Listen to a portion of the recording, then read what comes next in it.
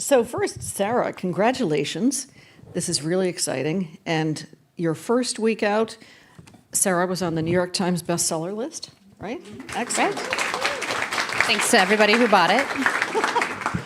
Well, clearly you have put out this book at a time that's not only important for you, but I think important for the country. And a lot of people who are really interested in the topic, really interested in the way you're writing about it with your mix of professional and personal experience, both of which are very much realized in the book. And I wonder if you could start off with the first page, reading a little bit, because this really kind of sets the table for what's to come. Sure. Thank you all so much for being here. Got some family members in the audience, so that's exciting. Yeah, this is the very beginning.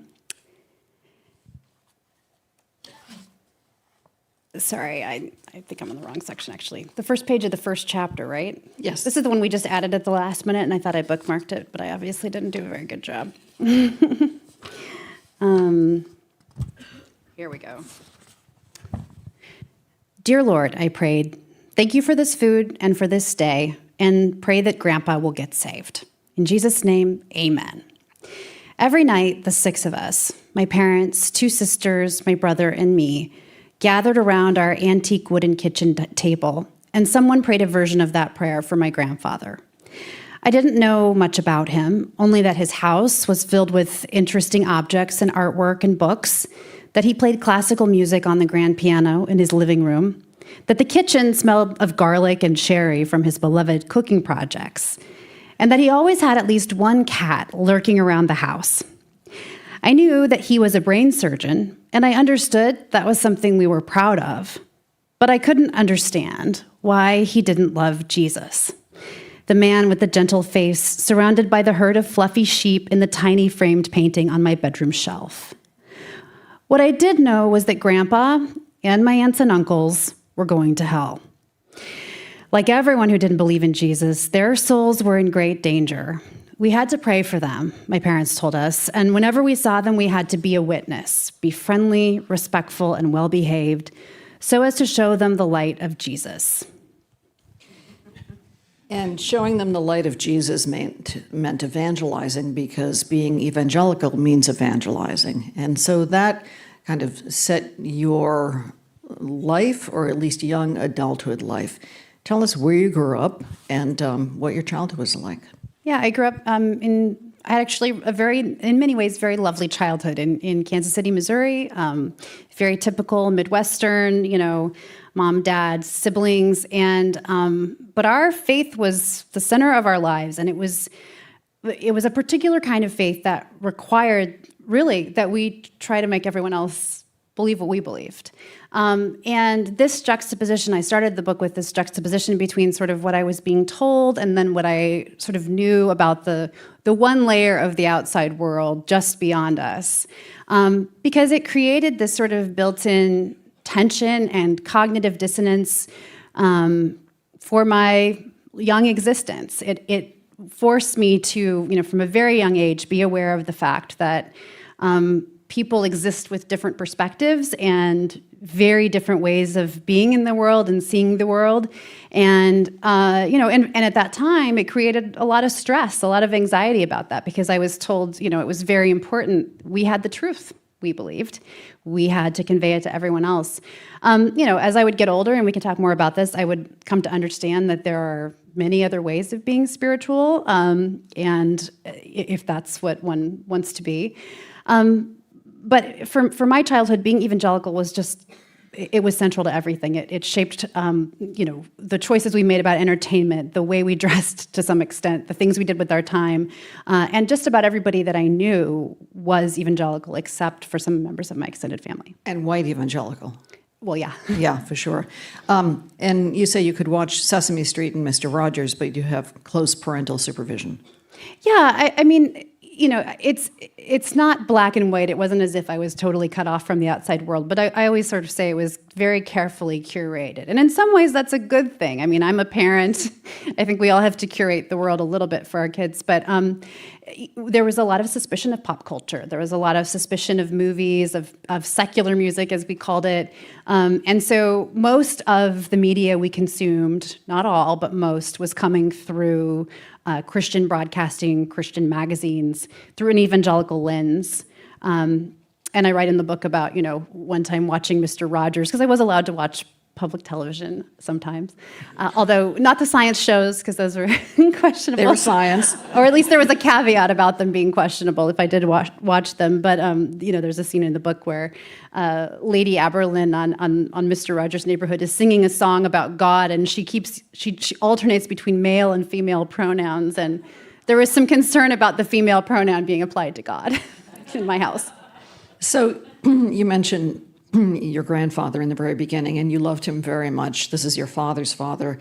He did not grow up to share in your family's belief system, and that caused a lot of anxiety because you felt like you have to save him, which is what you're referring to in the beginning there.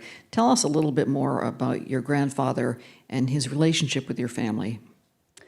Yeah, well, again, he was the person who, in many ways, for me, at a young age, symbolized everybody that wasn't us. And in a lot of ways, I think I became a journalist, not consciously, not intentionally, but in part because I grew up with this, to use that word again, juxtaposition throughout my childhood from an early age, just this awareness that people saw the world very, very differently. And my grandfather, as much as we were concerned about him and praying for his soul and all of this, he also represented, tremendous achievement. He was an incredibly accomplished person, and someone that I did and still do admire. Someone who I hope to be like when I grow up.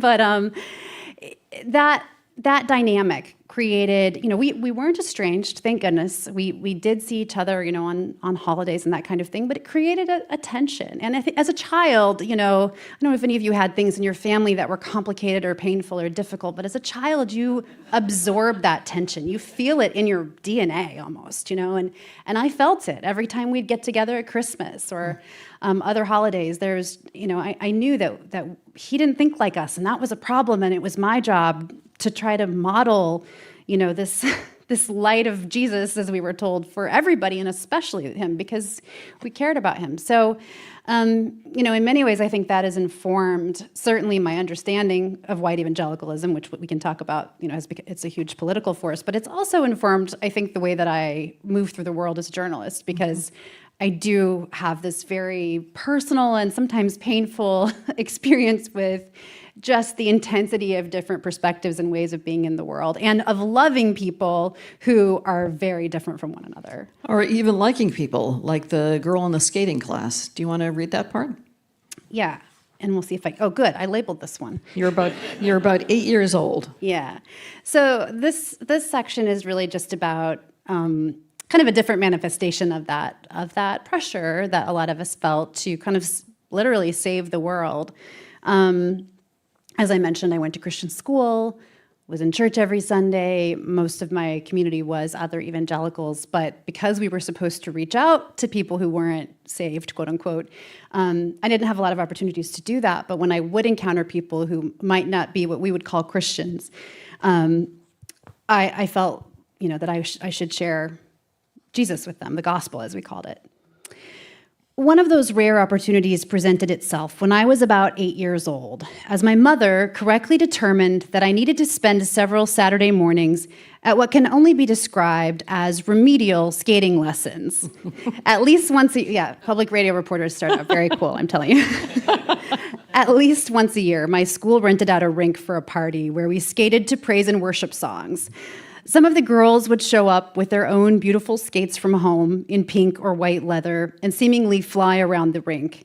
And I, in my rented brown skates, would cling to the metal bar, scooting a few steps at a time around the circle and often falling.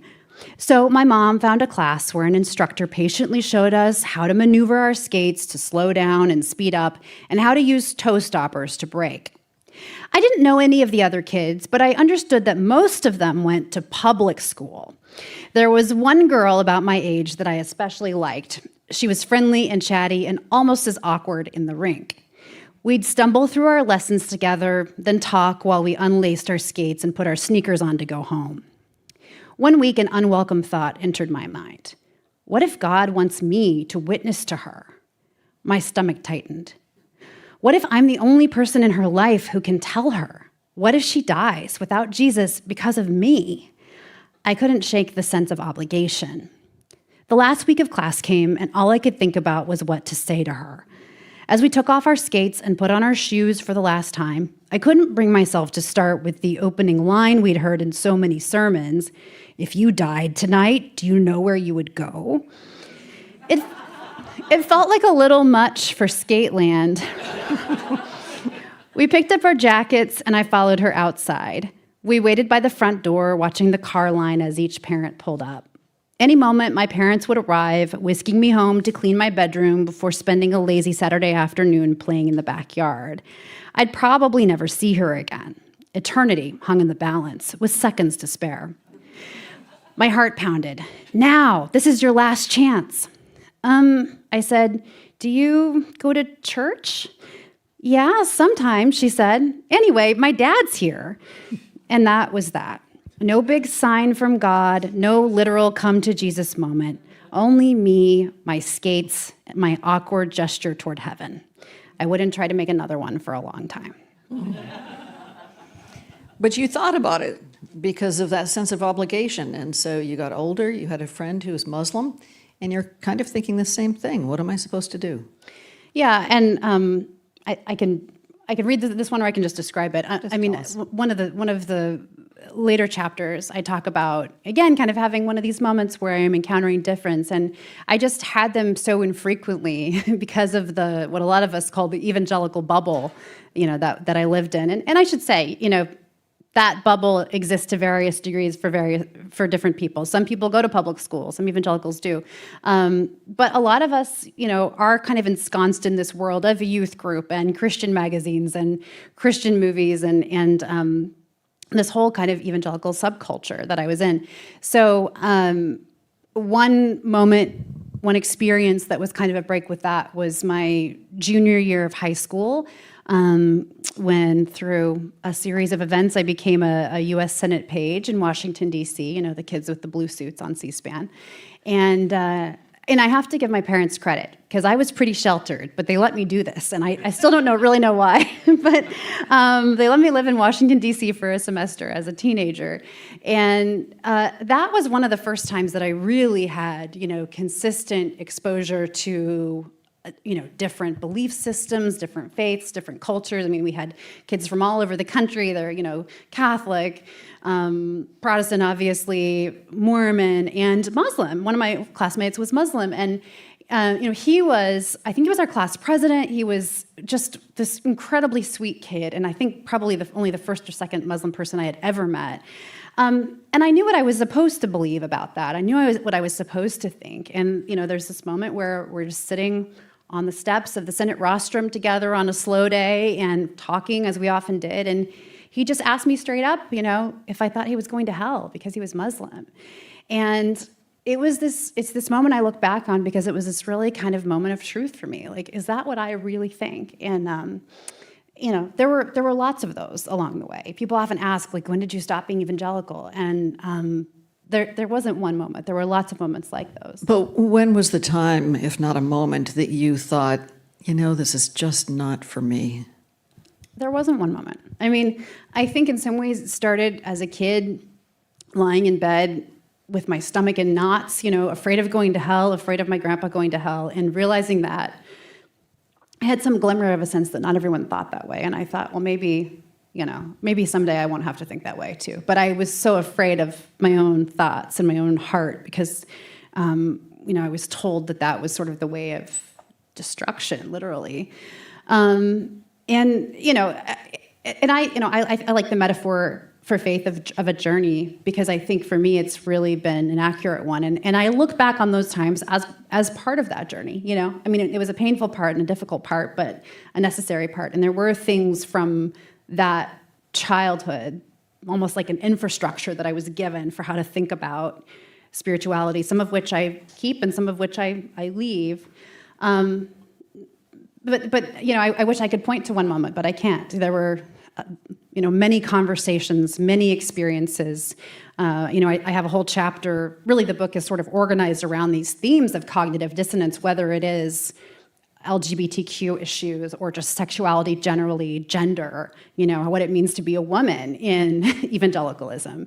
And one of the chapters is about science and information and knowledge. And, you know, that was always sort of one of the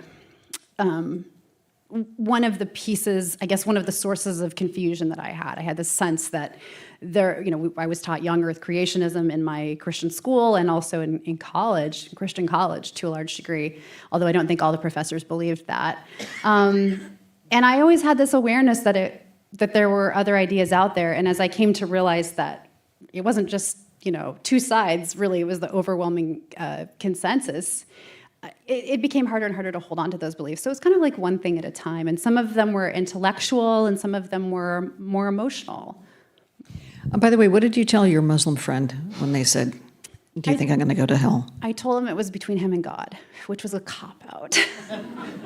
But maybe right, you know? I mean, it is ultimately between, you know, I think ultimately, but I think I was afraid to tell him what I really thought, which is that I don't think this is right, you know, but I wasn't there yet. And this is also one thing that I hope that people from outside the evangelical world, or, you know, people who did not grow up with religion at all, you know, I hear from people with a variety of religious traditions who relate to a lot of the things in this book, but I think for those who did not, or who maybe grew up with kind of like a more open-handed view of theology, it can be hard to understand why people believe certain things, and I hope that reading this book will help provide some insight into that, because it is very often part of a much larger, almost, it's religion and culture are kind of hard to distinguish from one another, and it's often about family and about community and about identity, and you know, the beliefs go along with that. They come along with that, and those are all really important things. Mm-hmm.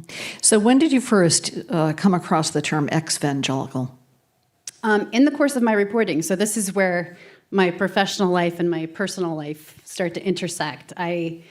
If I can back up just a little bit, I was hired by NPR in 2015 to cover the 2016 campaign. I was assigned to the Republican primary, so I was hopping around, you know, covering Ted Cruz and Ben Carson and Carly Fiorina and other people we've probably all forgotten about. What's that? Except one. Except one. Yes. And that one obviously became, you know, Trump obviously became he was leading in most of the polls for a long time. He becomes the presumptive nominee and then the nominee. And white evangelicals are such a big part of the story, you know, for everybody. And of course, having that background, I'm paying attention to the dialogue around these questions of, you know, will white evangelicals continue to rally around this Republican nominee who seems to be so antithetical to much of what they stand for. And in the course of doing a story in October of 2016 about the Access Hollywood tape, I was talking to some evangelical women about their feelings about all that. And one of the people we interviewed for the piece used this term exvangelical, and she said, you know, I think a lot of people are uncomfortable with this evangelical label because of what it's become associated with. Some of us even call ourselves exvangelicals. So that caught my ear as somebody who had grown up in that world, and I just kind of started paying attention to the way this word was being used online and in mostly social media spaces at that time. It was coined by a podcaster named Blake Chastain, who actually has a book of his own coming out very soon, which I'm really excited about. And he was trying to sort of articulate and create community around this experience of leaving evangelicalism. And so what I always say is that, you know, exvangelicalism, to the extent that it's a movement, it's not about Donald Trump. It's about many other things. But I think that the last 8-9 years have been a catalyst for a lot of conversations and a lot of self-reflection for people who grew up the way that I did. And so it doesn't mean slamming the door. It doesn't mean rejecting everything all at once, or even rejecting everything. I guess it's very individual. But for you, what did it mean? Yeah, I think that's an important point. People leave these communities, these spaces, and find themselves in a lot of different places. And, since the book came out, I found myself in a lot of different places too. Like this summer, I was at a conference for mostly progressive Christians, kind of a progressive spirituality conference, and just kind of a place where people come from loosely Christian traditions, but are there less to believe specific things and more to kind of explore and connect. And people use words like post-evangelical too. So there are different ways of talking about it, but I think it's useful to, when we talk about where we are and where we're headed, we are always also aware of where we came from. And to a large extent, growing up evangelical is growing up in a specific subculture with its own kind of language, and not language, but metaphors and ideas and celebrities. And there's something about, for those of us who grew up in this world, there's something that's kind of similar and shared. And so for me, Exvangelical is pointing back to that. It's saying, this is where I came from. This is what the community that formed me. I talk in the book about some people not liking that term, feeling like it's too backward looking, too negative, and that's I can see that their point, which is why some people prefer other labels like post-evangelical or just Christian or nothing at all.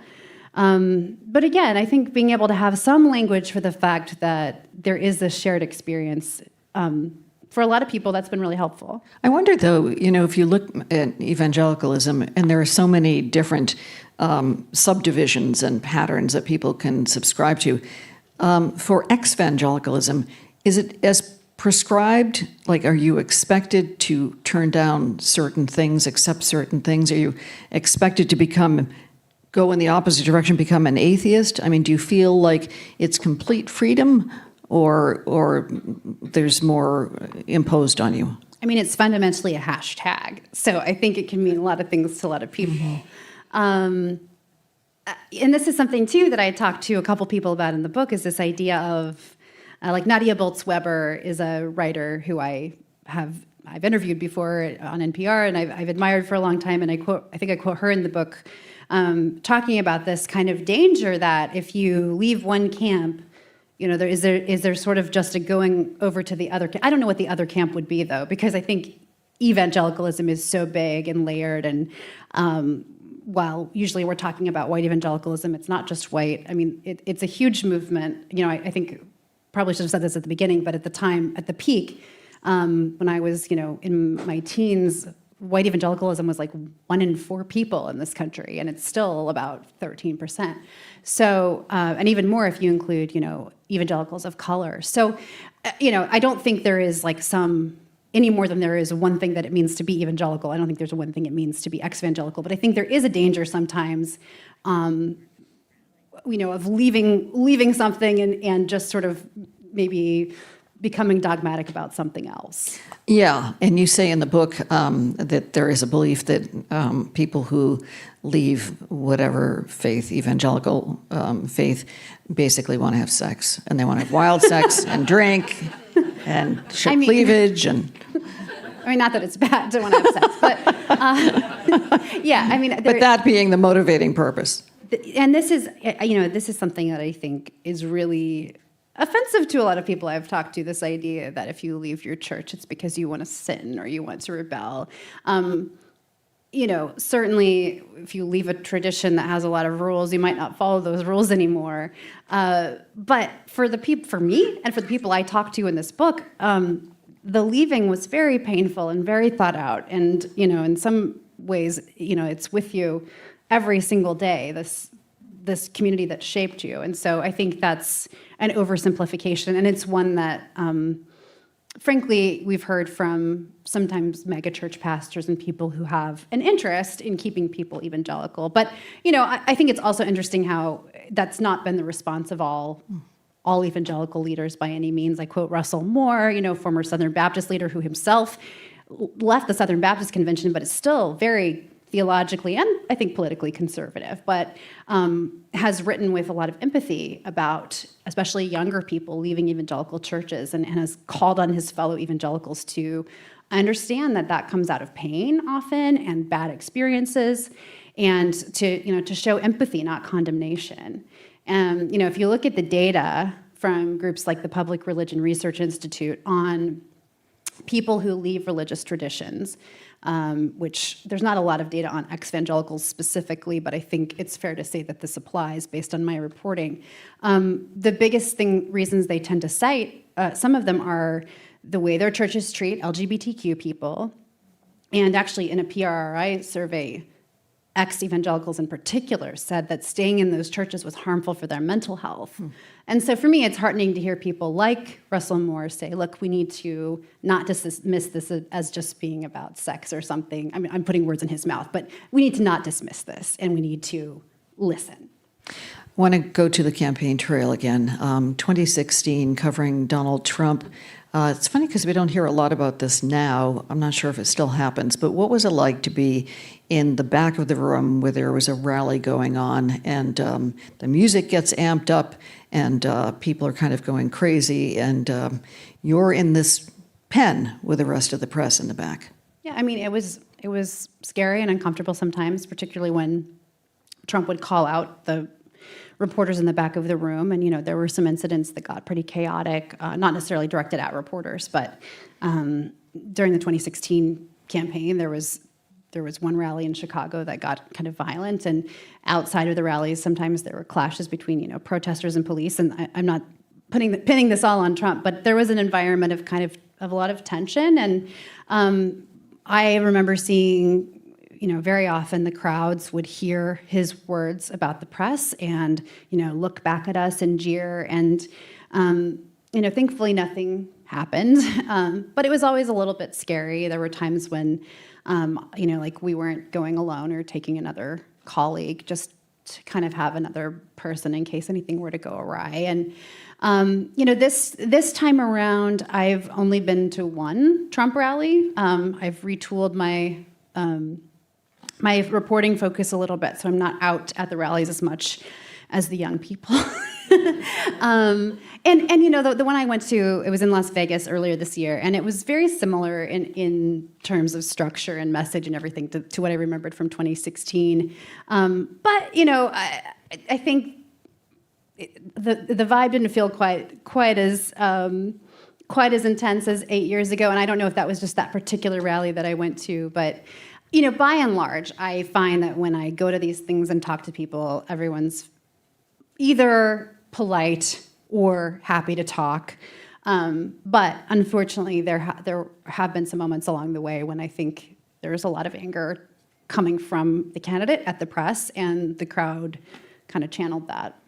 So I want to talk about why Trump has so many followers who are evangelical in a minute, but I want to first go to a story that you did, just the beginning of the story that you did, and that was earlier this year after the Iowa caucus, and you were speaking with one of the people who was there. I think it's one of the leading up to it. I did kind of a check-in on Wade Evangelicals while I was there.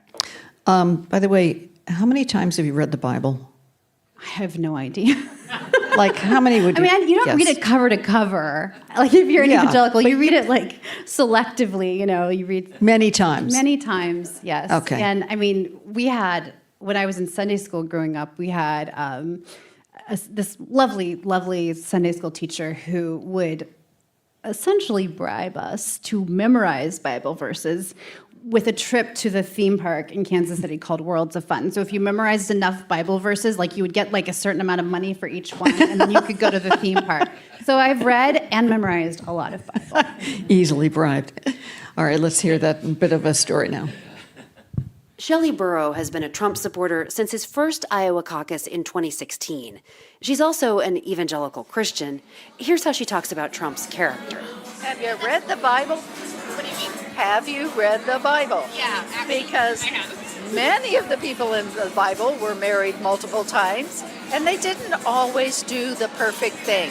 In 2016, there was a lot of head-scratching about evangelical support for Trump, given his divorces, allegations of extramarital affairs, and sexual assault, and his insults toward women, immigrants, and others. Burrow looks past all that. People aren't perfect. God is perfect. Okay, so there's a lot to that. Now, we could hear your voice lightly in the background saying, yes, that you have read the Bible.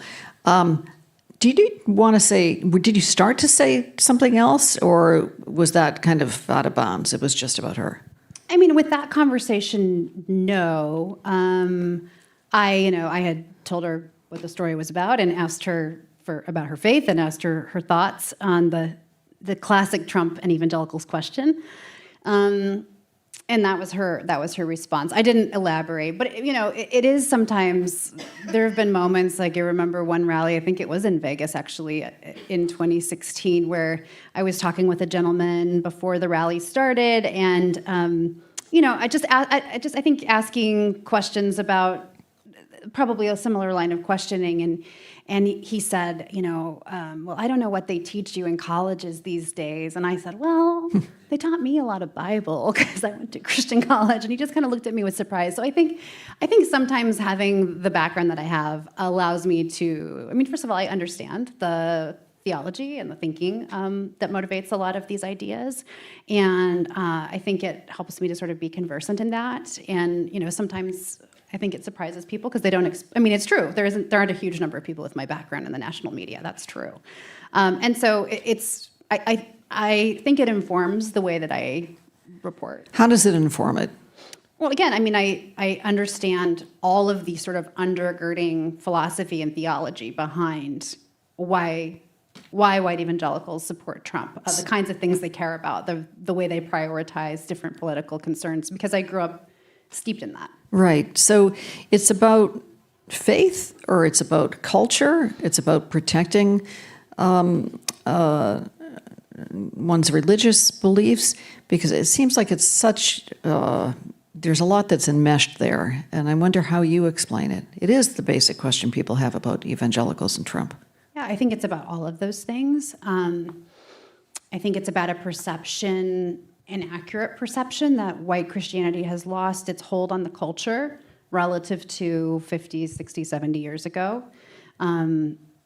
Robbie Jones, the CEO, or the founder of Public Religion Research Institute, which does a lot of incredible detailed polling on religion and politics, has made this case more eloquently than I can. But if you look at the data, as sort of the share of the white Christian population has declined, we've seen an increasing alliance with the Republican Party, and certainly, 80+% of white evangelicals have consistently supported Trump, both in 2016 and in 2020, and were crucial in making him the nominee again. So I think the data bears out that thesis, that it's about a sense of sort of cultural loss and what many white evangelicals perceive as cultural decline. There's a very strong belief in the family, and that means the traditional, nuclear family led by a heterosexual married couple, usually led by the father. And, we're a much more diverse society. We have, ideas about sexuality and gender are much more fluid than they once were. And I think that is concerning for a lot of white evangelicals. And of course, I didn't even talk about abortion, but that's a motivating issue for many, not most. Do you think that most evangelicals who support Trump believe that he is an faithful Christian? No. They think he's not? They know he's not? No, in fact, the polling backs that up too. And why doesn't that matter? It doesn't matter because it's not, any more than probably most Democrats are trying to figure out if the person they vote for is aligned with their particular religious beliefs, if they have any. It's about who represents your political values and your political goals, and who is most likely to execute on those goals. And they, the thing that so many evangelicals and other conservatives told me in 2016 was that they had a binary choice, that they needed to choose between a party that was aligned with their goals and one that was not. I think, what calls that into question a little bit is, again, the result of the primary this year, the fact that conservatives social conservatives had lots of choices and still chose Trump. But, incumbency is very powerful, obviously, and he's not an incumbent, but he functionally is. And I think also he's just so effectively taking control of the party that it's become really hard for, anyone else to truly present a challenge to him. But I think the other thing that's going on is that for many white evangelicals, they now not only see him as someone who will carry out their goals, but someone who has. With abortion. With the overturning of Roe v. Wade, yeah. Yeah. But I wonder if they don't see him as somebody who's upholding their religious beliefs. If they believe that they are somehow benefiting in other ways, okay, abortion, but I mean, Donald Trump has done a lot for the highest income earners in this country. Not all of those people are evangelicals, most aren't. And I wonder what they believe that he's done for them, for people in the middle and lower income brackets. I think it's sort of a Rorschach test. I mean, the people I talk to who are already Trump supporters will say, the economy was strong during the Trump administration, and obviously there are a lot of reasons for that. But and by many measures, the economy is very strong now. But I think people have a tendency to kind of see what they're conditioned to see. Yeah, but why? Like, what's the underlying reason for that? Because I know it's a really difficult and a complex question, but the general willingness. I mean, you were brought up in a family that was so strict, but not the strictest, I think, by any means, in terms of what you should be doing, shouldn't be doing, what your grandfather shouldn't be doing, et cetera. Donald Trump is so beyond the pale. Why is that forgiven? I mean, when I ask that question of people like the woman we heard in Iowa, the answers I tend to get are, a sense that all politicians are sort of corrupt. All politics is a mess. I think it was that same piece. A pastor I talked to in Iowa, who's also a state lawmaker, said, look, and I've heard this from other people. Trump says things I wouldn't say. He does things I wouldn't do. Sometimes I wish he wouldn't tweet so much, is the thing we used to hear when he was on Twitter, and he still is, but not in the same way. But all of that, they always would come back around to this idea that, but fundamentally, I'm not hiring a pastor. I'm hiring a president. And again, it goes back to seeing him as aligned with their ideological and political goals in service of, this larger goal of, I think, when he says "Make America Great Again," that resonates because, as I described, many white evangelicals, I think, look back fondly on a time when, the country was maybe more traditional as a better time. A question from the audience, and by the way, if you have questions, please go to Slido. Please give a brief rundown how the term evangelical was co-opted by the GOP, beginning with Reagan and Jerry Falwell. FYI, T. Keller stopped using the term himself. I think what they're probably referring to is the effort by the leaders of the moral majority, people like Jerry Falwell Sr., starting in the late 70s, early 80s, around the time I came along, to mobilize white Christians, particularly white evangelicals, around Republican goals. This sort of stemmed from a fight between, historians like Randall Ballmer have argued, at least, that it stemmed from a fight between Bob Jones University and the IRS over integration, and the requirement that educational institutions integrate in response to the civil rights movement in order to receive a nonprofit tax status. Bob Jones had a big fight with the IRS over that and lost. And again, the argument that historians like Ballmer have made is that in many ways, the rise of the moral majority and the white evangelical Christian right political movement was a response to that. It became about much more than integration. It became about abortion, obviously, and other culture war issues like same-sex marriage and now trans issues. But people like Falwell and Ted Weyrich and others sort of realized that this was a large and potentially powerful voting bloc. And, to this day, white evangelicals represent close to 1 in 4 voters. Even as their share of the population shrinks, they continue to be very reliable, consistent voters. They show up to the polls, and they overwhelmingly vote Republican. Another question. Do you think abortion is the overriding issue for evangelicals, more so than same-sex marriage and trans rights? I mean, I'd have to look at data for that. I think that they're all connected in a lot of people's minds because, again, they go back to a particular vision for human sexuality and the family, which is built around, a father who leads the family, heterosexual marriage, children. Women might be okay if they work, but their primary role in the world and what God created them to do is to be wives and mothers, and the father is supposed to lead the family, and so all of those things kind of violate that vision. That was interesting also in the book that you mentioned that the more schools became integrated, the more people who decided to send their kids to religious schools or homeschooled them. Right. Yeah, so that's kind of like... Yeah, and I don't think, I grew up in school like that, and I don't think that the conscious motivation was segregation on the part of my parents, but that was the reality. There are very few children of color in a pretty diverse city that I grew up in. But that was, the Christian school movement came out of a reaction to integration, much like I just mentioned with the fight with the IRS. It was also happening at the K-12 level. Getting back to the Trump administration and the campaign, when Trump took office in 2017, he wasn't in office very long when he had Sean Spicer, who was his communications spokesperson at the time. You might remember him, talking about the size of the crowd when he gave his inaugural speech. And he said it was... The theme, crowd sizes are still a theme, aren't they? Yes, yeah, exactly. It's funny how that's stuck. But this crowd was bigger than the entire galaxy. And when there were pictures that showed that wasn't the case, but Sean Spicer had to say it was anyway. And so Chuck Todd on Meet the Press was talking to Kellyanne Conway from the communications team for Trump.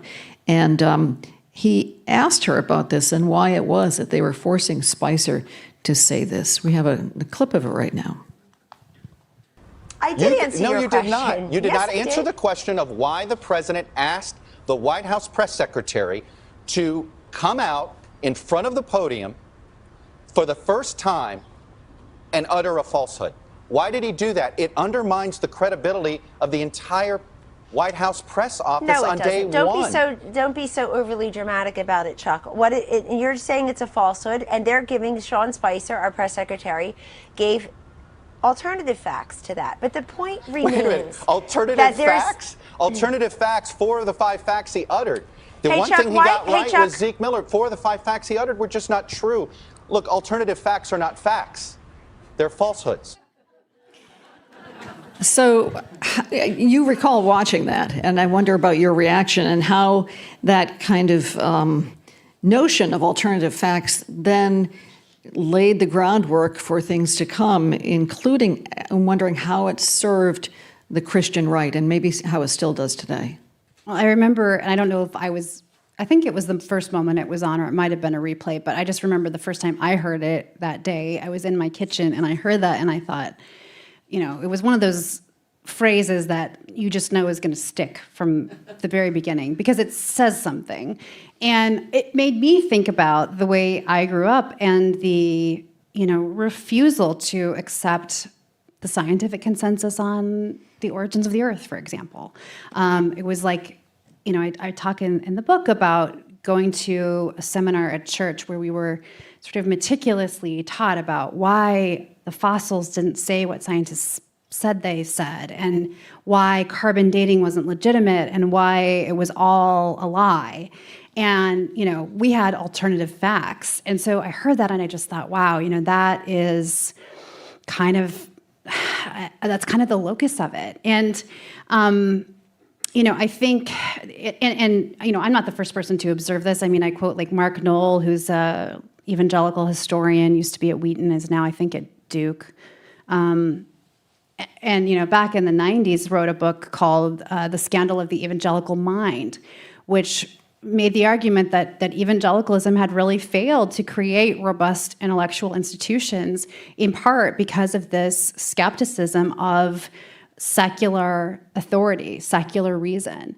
This is not a problem you see in other traditions in the same way. I mean, the Catholic Church, for example, has, a long history of producing tremendously influential philosophy and, accepted evolutionary theory decades ago.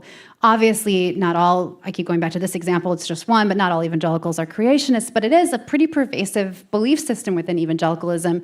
And, what Noel and others have argued is that this sort of rejection of authority has produced kind of an intellectual weakness in some evangelical circles. And, this is someone from within the house saying this. And so I think we see in the data, I cite some research that suggests that evangelicals have a disproportionate uptake of conspiracy theories like QAnon, a disproportionate tendency to reject vaccine science and COVID science.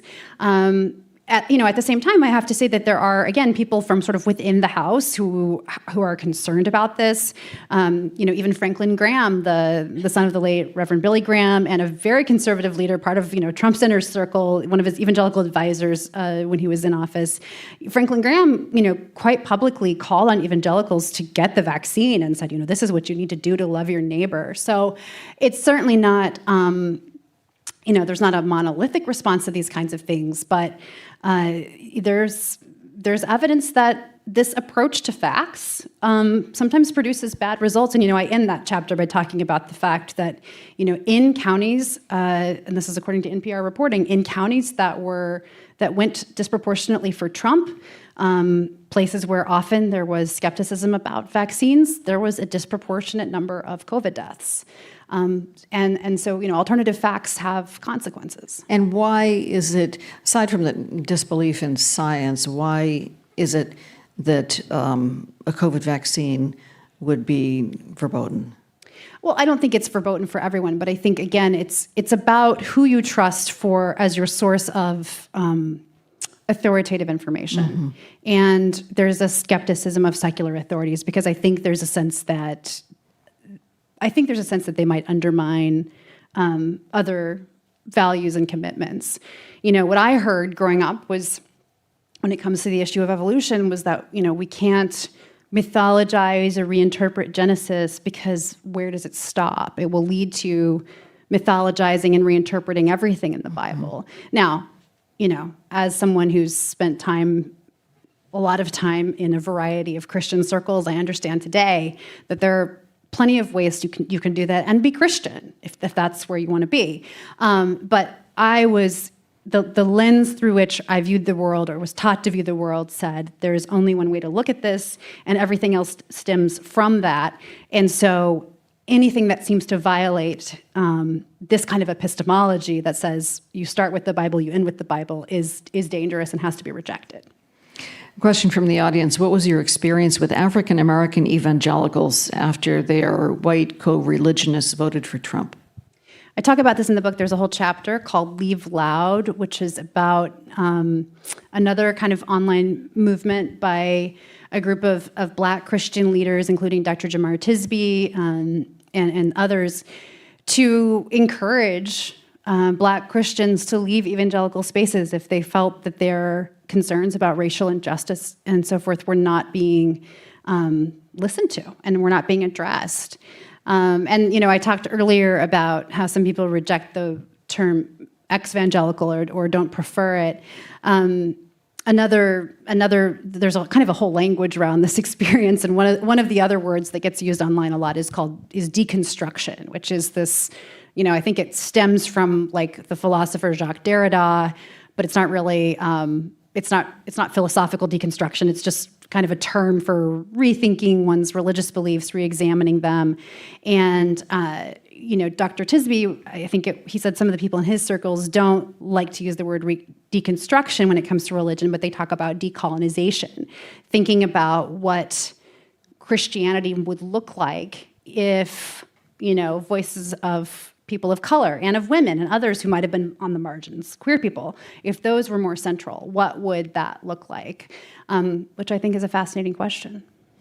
Another audience question. I grew up in Kansas City, Kansas, in an evangelical bubble. What about mental health? How did your family deal with your departure, and how are you dealing with it? It says, how are your holidays? Was the first question, what about mental health? Question about mental health. And actually, I was going to ask about that because you talk about religious trauma therapy, which I guess can apply to any religion where somebody feels like they're completely hemmed in. But specifically, tell us about that. You've had an experience with it.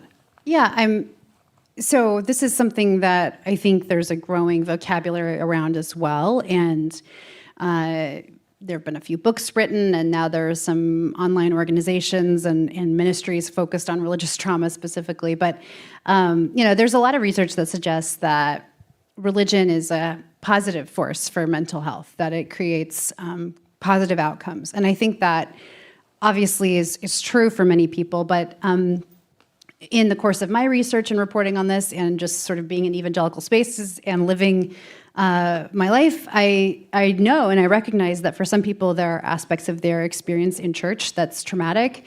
It could be, it could be that an abusive religious situation, maybe there's abuse by a pastor or a priest, that overlaid with, being in those are experiences that would be traumatic for anyone. But when you overlay that with spirituality, I think there's kind of another layer of complexity for some people.